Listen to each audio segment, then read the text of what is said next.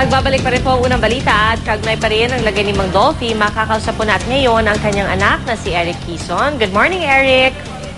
Good morning. Good morning. Si PR Arcangel no? Unang-una sa lahat, kami ay nakikiisa sa pagdarasal. Siyempre, para sa ikagagaling ng iyong ama.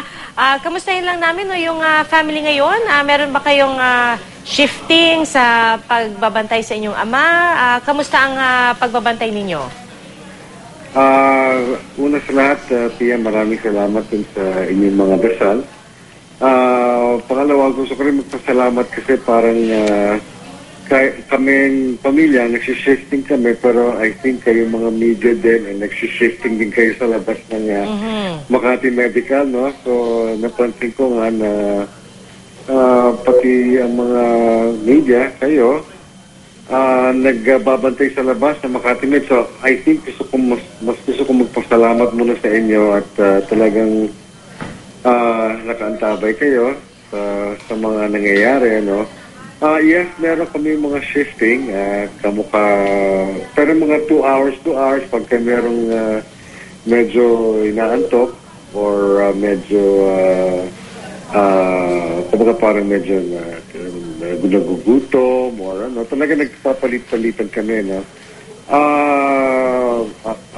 Right now, ako yung umuwi muna. As of now, nasa bahay ako dahil syempre gusto ko naman din magbanyo, etc. Oo, mahirap din, ano? Gusto ko naman magbanyo din, at ano. So, I was there until like about 5:30. Nandito ngayon ako sa bahay, so sa aking bahay. So, malapit lang naman ako. I live like about a stone's throw away. Okay. So, nasa Makati naman ako. So, I just stepped out lang for a while. Oo. Pero, Eric, kailan nyo huling nakausap yung mga doktor? Kamusta na yung lagay ni Mang Dolphy? Ang huling round na nandun ako was like at around, nag-round yung talagang, yung main doctor niya, si Dr. Aquino. Ang sabi naman niya, this is around 3 o'clock, no? Actually, yung daddy ko parang nag-stabilize siya. So, yung condition niya, of course, hindi pa rin siya natatanggal dun sa tinatawag nating critical state. Hindi pa rin siya tinaalis doon. But somehow, nag-normalize ng konti. Kumbaga parang yung condition niya ngayon is better than when I gave a statement at around 6 last night. Ay, tama, no? Yesterday, ng alas 6, nung nag-una ako nagbigay ng statement. Mas maganda yung lagay niya today, so far. Ngayon, mga oras ito, mas maganda yung lagay niya kesa exactly 12 hours ago or 12 and a half hours ago. Although, hindi pa rin siya talaga tinatanggal sa sinasabi niya nating critical state.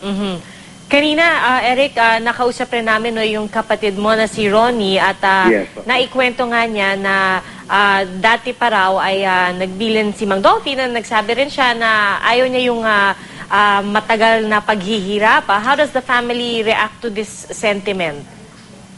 Yes, of course, maski sino naman, Pian, no? Walang may gusto na maghirap pag kanilang mahal sa buhay, di ba?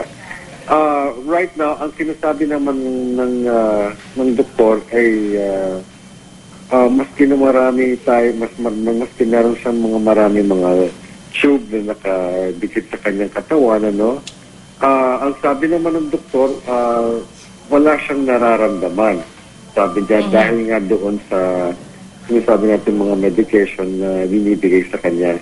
Ang sabi ng mga doktor, wala siya talagang kumbaga parang wala siyang nararamdaman na pain.